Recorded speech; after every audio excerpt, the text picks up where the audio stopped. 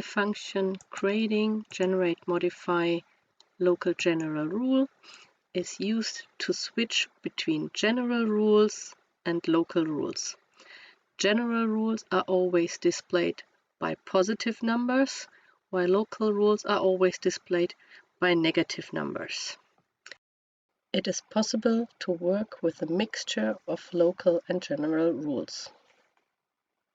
General rules are saved on the assigned grade rule table on your piece. In my case, the grade rule table AY minus GT minus basis, while the local rules are always saved directly with the piece, either in the design or in the database. The function works as follows. If you click onto a data point,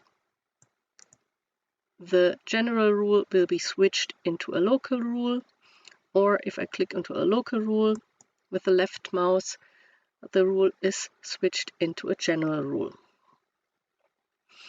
I will do it again. It is important to know that the local rules will always upcount, while the system will always check when you switch from a local rule into a general rule if there is an existing general rule that has the same content. If yes, this general rule is applied. If not, then the system will create a new rule that you would have to save in your grade rule table if you do not want to lose your grading. Usually you use the local rules if you want to adjust your grading for your model. If you want to exchange all general rules into local rules, you can click onto your piece with the right mouse button.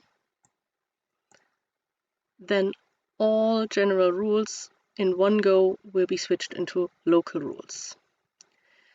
The third option that you have in this function is if you click with the middle mouse button, all local rules will be switched into general rules.